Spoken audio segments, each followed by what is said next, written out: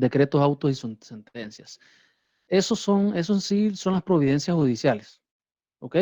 Estas providencias judiciales se encuentran reguladas en el artículo 212 del Código Procesal Civil y Mercantil, ¿ok? Ahí se encuentran directamente reguladas. Les voy a compartir toda la pantalla en este momento. Aquí nosotros podemos observar el artículo 212, donde se nos hace referencia a las resoluciones judiciales. También son conocidas como las providencias judiciales. Aquí ya literalmente nos está diciendo cuál es su clasificación, ¿ok? En la clasificación, ya ustedes escucharon en teoría general del proceso, que son decretos, autos y sentencias. Aquí literalmente dice, las resoluciones judiciales pueden ser decretos, autos y sentencias. Los decretos tienen por objeto el impulso y ordenación del material del proceso. Ya ustedes han escuchado respecto de los decretos, también conocidos como decretos de sustanciación. La intención del decreto de sustanciación es darle impulso al proceso. Por ejemplo, admítase la demanda, ordénese el emplazamiento. Por ejemplo, agréguese la contestación de la demanda, señálese audiencia preparatoria. Si ustedes se percatan, está recibiendo directamente y le está dando impulso. Se entenderá por impulso cuando pasemos de una etapa a otra, ¿ok? Eso es un decreto de sustanciación. Ahora, este decreto de sustanciación también sirve para ordenar el proceso. ¿Qué significa eso? Se recibe un documento, pero este no es que le dé impulso al proceso, sino que lo único que está haciendo es ordenando. Por ejemplo, agréguese el oficio presentado por el Instituto Salvadoreño del Seguro Social. Y ya, nada más lo único que está haciendo es recibiendo un oficio. Quédese a la espera de los pendientes, porque mandaron a 10 instituciones, por ejemplo. En ese caso, bueno, lo que va a suceder es que se estaría nada más ordenando el proceso, ¿ok? Esos son los decretos de sustanciación, nada más ordenan el proceso y aparte de eso, le pueden dar impulso al proceso. ¿Preguntas respecto a esos decretos de sustanciación, compañeros?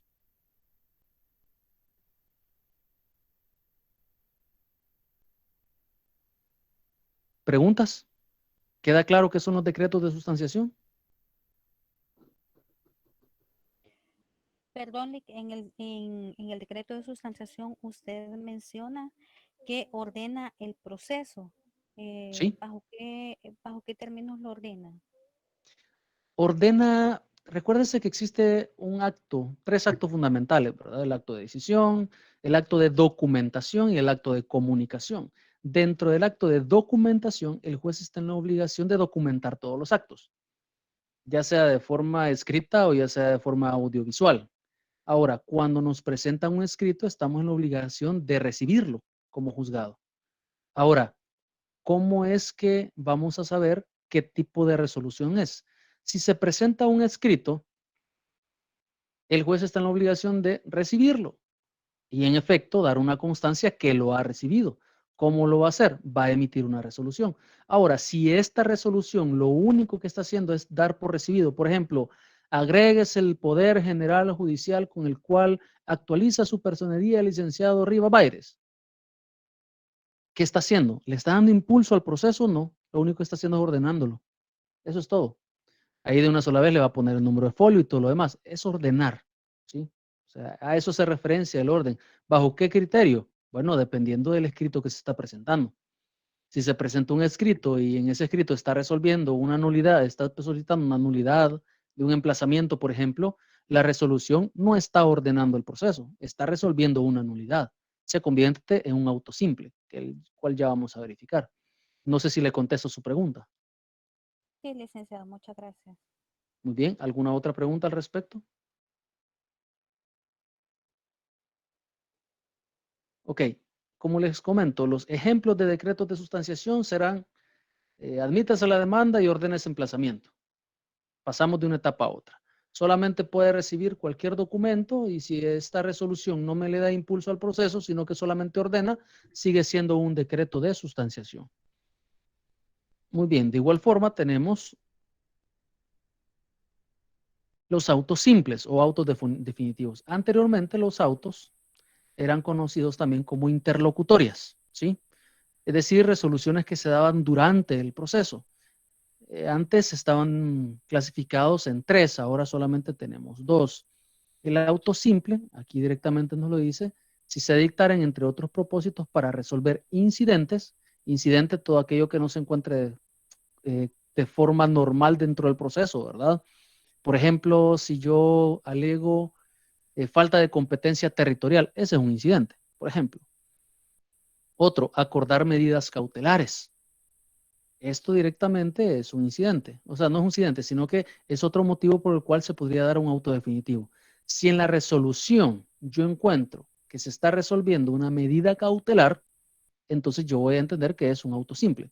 Aunque ya ustedes en su momento tal vez se les enseñe, aunque no sé si realmente en alguna parte de los derechos procesales que ustedes están estudiando, hablan de medidas cautelares. Las medidas cautelares, según el Código Procesal Civil y Mercantil, se llevan en pieza aparte. ¿Qué significa que se llevan en pieza aparte? Se presenta la demanda y aparte en otro expediente se presenta la medida cautelar. Aunque los dos tengan total vínculo, se llevan en piezas apartes. Entonces lo que resuelva las medidas cautelares son autos simples. Definir cuestiones accesorias, de igual forma, estamos hablando de es un auto simple. O resolver nulidades. Todo esto serían autos simples. ¿Cuál es nuestra gran tarea? Entender la resolución. Mire, ¿qué es lo que está resolviendo? Es un incidente, es una nulidad, es una medida cautelar. ¿Qué está resolviendo? Entonces, conforme a eso, nosotros vamos a determinar si es un auto simple o no es un auto simple. ¿Ok? Después tenemos los autos definitivos. Aquí ya nuestro código realmente no nos está indicando cuáles son los autos definitivos, ¿verdad? Sino que nada más nos dice si le ponen fin al proceso, haciendo imposible su continuación. Directamente nos habla de esto, ¿verdad? Le ponen fin al proceso, haciendo imposible su continuación, en la instancia o por vía de recurso, o si así lo determina este código. Aquí, compañeros, estamos hablando de la guía presentada. Estamos hablando de esto. Cuando hablamos de los autos definitivos, hablamos de esto, compañeros. Estos son algunos ejemplos, ¿ok? Este no. El allanamiento no. No es una forma normal de finalización del proceso. Como auto definitivo, ¿ok? ¿Alguien me puede decir por qué el auto definitivo no es por qué el allanamiento no es un auto definitivo? Le repito la pregunta. ¿Por qué el allanamiento no es un auto definitivo? ¿Alguien me podría decir? Porque está en proceso de investigación. No, no es por eso, no es por eso. ¿Por qué el allanamiento no es un auto definitivo? Volviendo a lo mismo, el auto definitivo es aquel que le pone fin al proceso, haciendo imposible su continuación. Ok, pero continuación ¿a dónde? A la sentencia. Demanda, admisión, emplazamiento, lo que no me permita continuar con el procedimiento correcto para llegar hasta la sentencia definitiva, se convierte en un auto definitivo. ¿Okay? ¿Qué fue eso? Se convierte en un auto definitivo. O sea, todo lo que me impida llegar hasta la sentencia definitiva es un auto definitivo. Por ejemplo, caducidad de la instancia. Cuando hablamos de la caducidad de la instancia, que es una sanción por no darle impulso al proceso, en el cual era imposible para el juez, a pesar de el principio de ordenación y continuación que se le puede dar al proceso, el juez se imposibilita darle ese impulso. Entonces le dice la ley, 6 meses, si usted no le da impulso, se le puede declarar la caducidad y se retrotrae todo hasta antes de la presentación de la demanda. Ok, ¿me permite llegar hasta la sentencia? No, no me permite. Dice Mariela, porque la parte demandada acepta los hechos controvertidos y no se emite sentencia sobre eso. Al revés, Mariela. Cuando hablamos de allanamiento, es una aceptación de pretensión y una aceptación de hechos. O sea, se aceptan los hechos y el derecho. Pero, como es una aceptación de hechos, el juez tiene que declarar la existencia de ese hecho. Entonces necesitamos una sentencia. Así que en pocas palabras, no es un auto definitivo el allanamiento. Es una forma normal de finalización del proceso, pero no es un auto definitivo. ¿Qué significa esto? Que cuando el demandado dice me allano, el juez dice, ok, se allanó. Imaginémonos que llega en la contestación de la demanda. Vengo a contestar en sentido afirmativo y allanarme a todas las pretensiones planteadas porque son ciertos los hechos y el derecho planteado por el demandante. El juez recibe y dice, habiéndose allanado el demandado, díctese sentencia. Entonces, el demandado, como se allanó, espera sentencia. En la sentencia le declara un derecho. En el auto definitivo no. En el auto definitivo nada más se declara el motivo por lo cual se le da finalización al proceso. Por ejemplo, lo que les estaba comentando, aquí viene y dice desistimiento. Ok, van a verificar que puede ser unilateral o puede ser bilateral. Renuncia. Ok, tiene que darse la diferencia entre el desistimiento y la renuncia, que son cosas totalmente diferentes. La transacción. En la transacción, esa realmente tampoco podríamos analizar si es un auto definitivo el que lo emite o es una sentencia definitiva. Sí lo es, para adelantarles. Se emite un auto definitivo directamente aceptando la transacción. La conciliación que no se encuentra acá. Mire, la improponibilidad, la caducidad de la instancia. Eso es lo que usted tiene que verificar. Si realmente le pone fin al proceso, ¿sí? Si le pone fin al proceso o le permite llegar hasta la sentencia definitiva. En las demás formas no hay sentencia. No, no hay sentencia. ¿Por qué? Porque me pone fin al proceso haciendo imposible su continuación. Por ejemplo, desistimiento. El desistimiento es una figura donde la parte actora literalmente dice que ya no quiere continuar con el proceso. Ahí lo que está diciendo es renuncio de continuar con el proceso. Ojo con esto, utilizo la palabra renuncio, pero hago referencia a continuar con el proceso. Después ustedes observarán un concepto que se llama renuncia, pero esta renuncia hace referencia a ya no quiero continuar con la pretensión, renuncio a mi derecho, ¿ok? Hay que tener mucho cuidado con esa diferencia. Lean la información. Entonces, ustedes observan que al darse el desistimiento, el juez se queda con las manos cruzadas y dice, bueno, ya definitivamente desistieron de la pretensión, desistieron de la acción. ¿Yo qué voy a hacer? ¿Voy a dictar sentencia? Ya no, ya no. Declárese al lugar el desistimiento, si es que aplica de forma unilateral o bilateral. Si aplica de forma unilateral, el juez dice, declárese el lugar. Si aplica de forma bilateral, el juez tiene que darle el trámite necesario, darle traslado a la contraria para ver si está de acuerdo o no está de acuerdo y declarar el desistimiento. ¿Se va a pronunciar respecto a fondo del asunto? No. En el auto definitivo, el juez no se pronuncia respecto al fondo del asunto, sino que única y exclusivamente respecto a lo que se está discutiendo. El desistimiento, la caducidad de la instancia, la improponibilidad sobrevenida, a eso se hace referencia. Entonces, se le da por terminado al proceso, ¿sí? Se le da por terminado el proceso antes que llegue a la sentencia definitiva. Y como es lógico pensar, no se resuelve el fondo del asunto, sino que directamente ese motivo del auto definitivo. ¿Alguna pregunta al respecto, compañeros? Para que ustedes tengan una noción un poquito más clara, léanse la guía, ¿ok? Léanse la guía. Ahí ustedes en la guía podrán observar en qué momento el juez va a decir, por ejemplo, en la conciliación. ¿Se acuerdan cuando hablábamos, bueno, se acuerdan cuando ustedes estudiaban la audiencia preparatoria, les hablaban de la conciliación? Yo les pregunto, en la conciliación, ¿qué hace el juez? ¿Qué hace el juez en la conciliación? ¿Alguien me podría decir? Derecho procesal 1 se finaliza con la audiencia preparatoria. Ahí les explican las partes de la audiencia preparatoria. Y les explicaron la primera, que era la conciliación. Si usted viene y me dice, mire, mentira, no lo vimos o no me acuerdo, usted ya estudió Derecho Procesal de Familia. En Derecho Procesal de Familia le explican las etapas de la audiencia. Y la primera es la conciliación. ¿Cuál es el efecto de la conciliación? Imaginémonos, Erika, que dice que sí, son viables y declara al lugar la conciliación. ¿Qué viene después? ¿Vamos a dictar sentencia? No, no vamos a dictar sentencia. El juez en este caso lo único que va a hacer es, va a homologar la conciliación. Y va a emitir esa acta de conciliación, como acuérdense que aquí aplicamos el principio de oralidad, artículo 8 del CPCM, el cual establece que los actos son predominantemente orales. Y al ser orales, de igual forma tienen que ser documentados. Al ser documentados, vamos a tener un acta.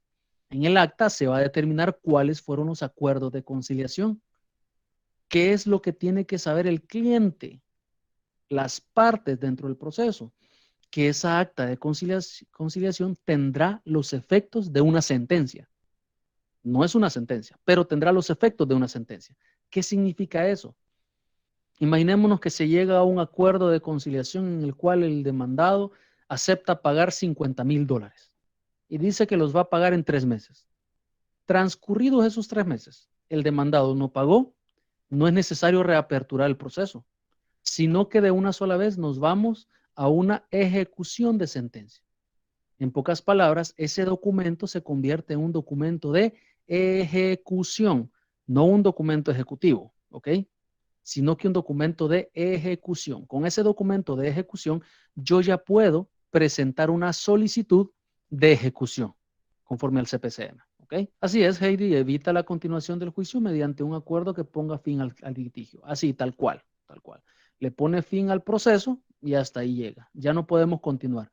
Si queremos continuar para ejecutar la conciliación, ya es otro proceso, ¿sí? Ya nuestro Código Procesal Civil y Mercantil establece que tiene que ser un proceso de ejecución, ya sea de dar, hacer o no hacer, dependiendo de la conciliación a la cual se haya llegado.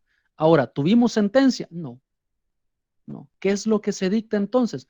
Un auto definitivo, ¿ok? Eso es lo que se dicta, un auto definitivo. ¿Alguna pregunta hasta acá, compañeros? Aquí es muy importante algo. Ustedes me pueden decir, mire, yo, ¿qué me interesa? Si es un decreto de sustanciación o es un auto simple, un auto definitivo. Esos son aspectos teóricos. ¿De qué me sirven? ¿De qué me sirven? Se los voy a resolver de esta forma. Vamos más adelante. Miren lo que dice el artículo 503 del recurso de revocatoria.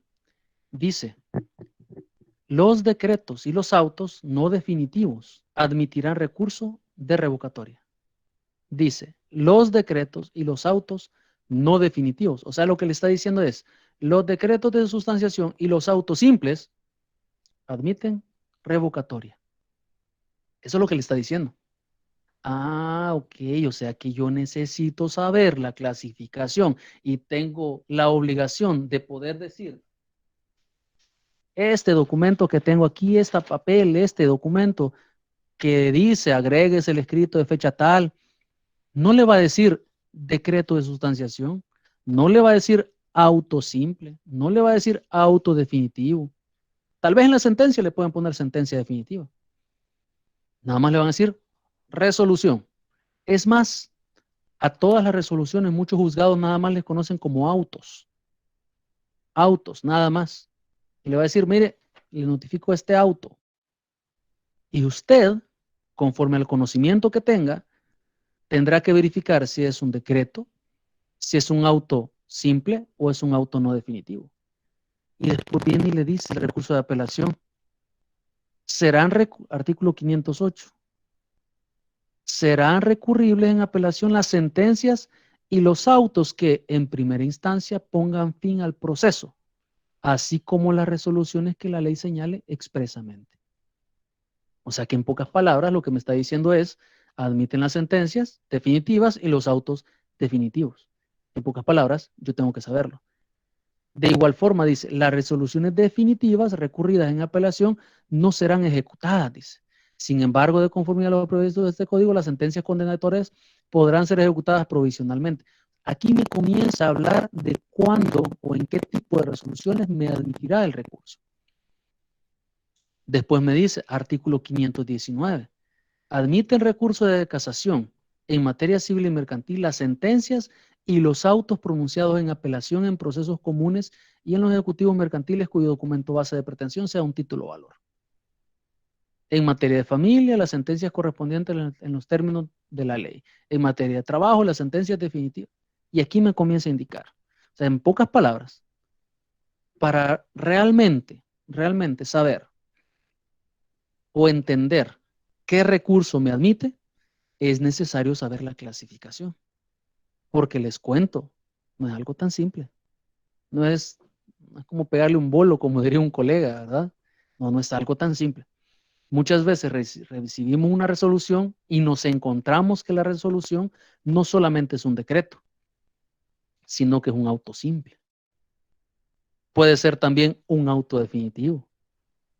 Y entonces, en este caso, ¿qué tengo que hacer? ¿Cuál recurso voy a plantear? Bueno, les comento, las resoluciones pueden tener varios tipos de resoluciones y de la cual yo voy a impugnar será de la resolución que me cause agravio. Si en la resolución era un decreto, pero se convertía en un auto simple, entonces, ¿qué es lo que tengo que hacer? Ah, bueno, entonces es un auto simple, perfecto, es un auto simple. Puedo determinar directamente qué recurso es. Esa es la situación. También le sirve al juez para verificar si necesita motivarla o no necesita motivarla. Nuestro código nos está indicando que todas las resoluciones emitidas por el Código Procesal Civil y Mercantil, ¿verdad? Omitidas por el juez, tienen que ser motivadas. ¿Sí? Porque si no son motivadas, en su momento puede solicitarse la nulidad de esa resolución. Dice motivación, salvo los decretos, aquí no está diciendo, los decretos de sustanciación no necesitan ser motivadas. Todas las resoluciones serán debidamente motivadas y contendrán en apartados separados las razones fácticas y jurídicos que conducen a la fijación de los hechos y en su caso a la apreciación y valoración de las pruebas. Cuando dice en su caso, hace referencia a las resoluciones que deben de tomar en cuenta medios probatorios. Usted me puede decir, ah, la sentencia. No, no solamente la sentencia. Por ejemplo, para declarar al lugar una improponibilidad, puede ser necesario la producción de prueba. Puede suceder. Entonces, en ese caso va a ser necesario cómo se apreció la prueba y cómo se valoró, así como la aplicación e interpretación del derecho, especialmente cuando el juez se aparte del criterio sostenido en supuesto semejante. La motivación será completa y debe tener en cuenta todos y cada uno de los elementos fácticos y jurídicos del proceso, considerados individualmente y en conjunto, con apego a las reglas de la sana crítica. Si no se encuentra la motivación, eso es un motivo de recurso, ¿sí? Eso es un motivo de recurso. ¿Y qué es la motivación? Aquí el 217 nos está indicando. Los fundamentos de derecho igualmente estructurados. Es decir, cuando hablamos de la motivación, es un porqué, ¿sí? Es un porqué jurídico, ¿sí? Es un porqué jurídico. ¿Por qué les estoy declarando de esta forma? ¿Cómo valoré yo la prueba? ¿Cómo verifiqué yo los hechos? ¿Cómo apliqué el derecho? ¿Sí? Eso es lo que vamos a verificar. En las resoluciones deben de tomar en cuenta primero qué tipo de resolución es, verificar si necesariamente tiene que ser motivada y ya verificamos que nada más las únicas que no es necesario que sean motivadas son los decretos de sustanciación, las que me dan impulso al proceso o las que me ordenan el proceso. Y aún así algunos jueces motivan esas resoluciones. No, no hay problema, no pasa nada si las motiva. El problema es que no motive. Si no motiva, esos pueden ser motivos de inclusive hasta casación, ¿sí? Hasta casación. O sea, en pocas palabras, yo debo de saber cuáles son los requisitos de las resoluciones para poder verificar si reúnen requisitos o puedo solicitar algún tipo de impugnación. Las formas. Bueno, vamos a verificar. Clases de resolución, responsabilidad de dictar resolución. Aquí el juez está en la obligación de resolver todas las solicitudes realizadas. Aquí no solamente tomamos en cuenta este artículo 213, sino que el artículo 18 de la Constitución de la República, ¿verdad? O sea, ese derecho de petición que tiene. Imposibilidad de dictar resoluciones. No podrán dictar las resoluciones conforme al artículo anterior, aunque hubieran asistido a la audiencia el juez o magistrado que, conforme a la ley, hubieran perdido dicha condición, hubiesen sido suspendidos en sus funciones o resultaren afectados por alguna causa de incompatibilidad. En tales casos se tendrá que repetir la audiencia. ¿Qué significa esto? ¿El juez está en la obligación de resolver? Sí, pero aquí tenemos algunas excepciones. ¿Por qué vamos a tomar en cuenta estas excepciones, compañero? ¿Alguien me podría decir? ¿Qué principio tomamos en cuenta para aplicar ese artículo 203? Vamos a ver, Mariela, auto definitivo es cuando se dan formas alternativas de poner fin al proceso. Sí y no. Sí y no. Porque una forma alternativa de finalizar un proceso es el allanamiento, pero siempre se dicta sentencia. ¿Sí? La otra son las resoluciones que le ponen fin al proceso de una forma anormal. Ya sabemos que la forma normal de finalización del proceso es la sentencia. Un auto definitivo se declara inadmisible, el proceso se puede interponer recurso de apelación. Sí, es una forma de finalización del proceso, admite recurso de apelación. Fíjense que no recuerdo si en materia de familia no está directamente regulado esto, pero conforme a jurisprudencia se ha determinado que se puede. La mayoría son notificaciones por auto, no le entiendo la pregunta. Muy bien, ya que no me contestaron, se las respondo. Estamos aplicando el principio de inmediación, ¿sí? El principio de inmediación está en la obligación del juez siempre tener contacto directo con el proceso y con las partes. Si el juez no tiene contacto directo con el proceso, pues simplemente se tiene que repetir la audiencia, ¿ok? Les pido que se lean el artículo 215, 216, 217 completo. Necesito que analicen este principio de congruencia, a qué hace referencia. No, necesito que me lean desde el 212 al 226, por favor. ¿Sí? Eso necesito que me lean, desde el 212 al 226. Ya con eso podemos avanzar un poquito más rápido en la próxima clase, ¿ok? ¿Por qué? Porque ya casi estamos finalizando. O sea, lo único que nos hace falta con ustedes son las providencias judiciales, que eso ya ustedes ya más o menos las conocen. Vamos a verificar los requisitos de la sentencia definitiva. Después verificamos la eficacia de la sentencia, que en la eficacia de las sentencias se le conoce también como cosa juzgada. Ahí vamos a hablar cuándo adquiere calidad de cosa juzgada una sentencia, aunque ustedes ya lo saben, en teoría general del proceso se los mencionaron, pero aquí lo vamos a revisar nuevamente, ¿ok? Lo voy dejando, tengo que ir a hacer un par de vueltas todavía, así que nos vemos el día de mañana. Pasen buenas noches.